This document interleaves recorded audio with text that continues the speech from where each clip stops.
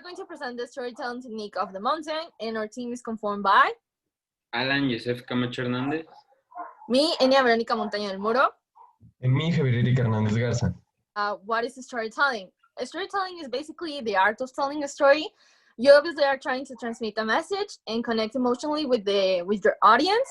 There are different types of narratives, and one of them is the technique of the mountain. In this technique, the story slowly generates tension in order to keep the audience interested.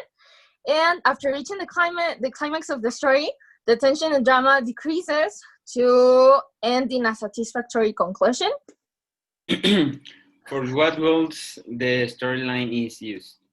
Is used for showing how you overcame a series of challenges on the history, and you slowly building tension and making drama, and ending with a satisfying conclusion, as you can see on the pictures.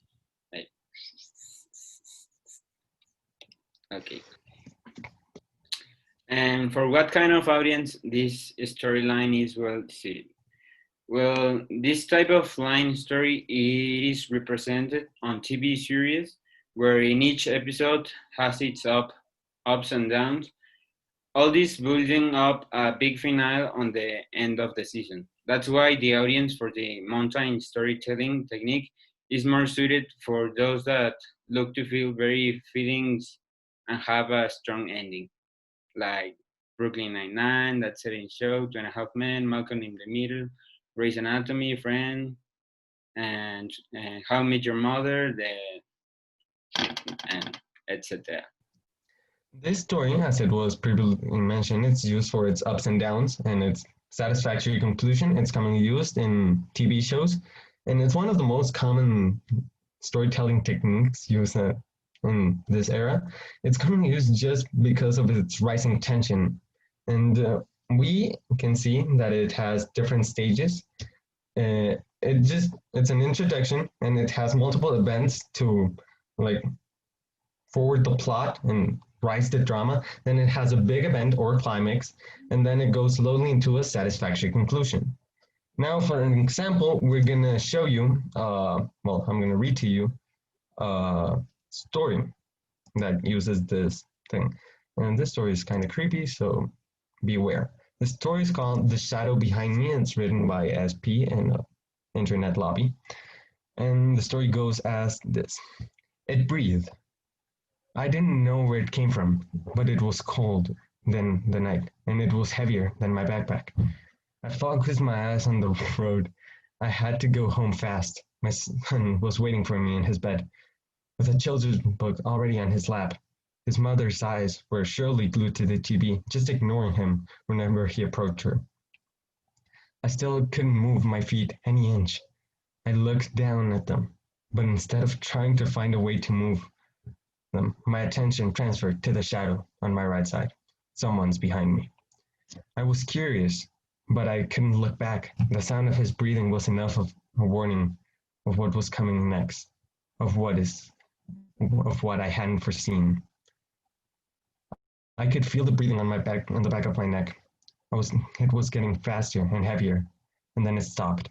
I couldn't hear anything. I expected my breathing, and then, after a second, my breathing also stopped, and I became completely deaf. A harsh force hit my back, and I flew 5 meters away. My head banged on the rough concrete. I could feel the blood draining from my head. My left elbow bone was slightly coming out. But the strange thing was, I couldn't feel anything except cold. Then my mind became uncontrollable. It flashed streams of memories I hadn't seen in a very long time. All about my wife, with our 3-year-old son, and our half-finished house. Our birthday celebrated in different restaurants around the city. The new places we visited together, mostly without a budget.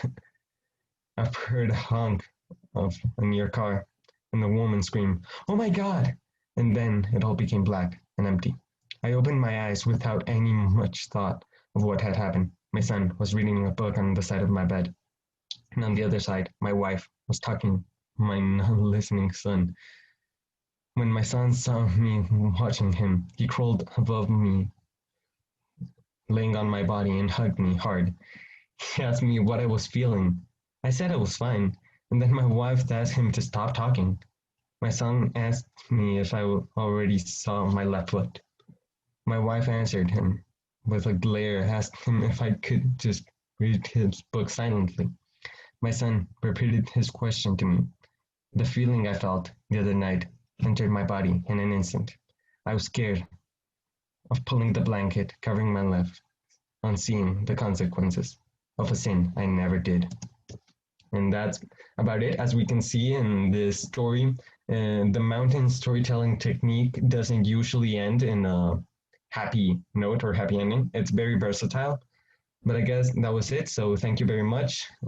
That was all.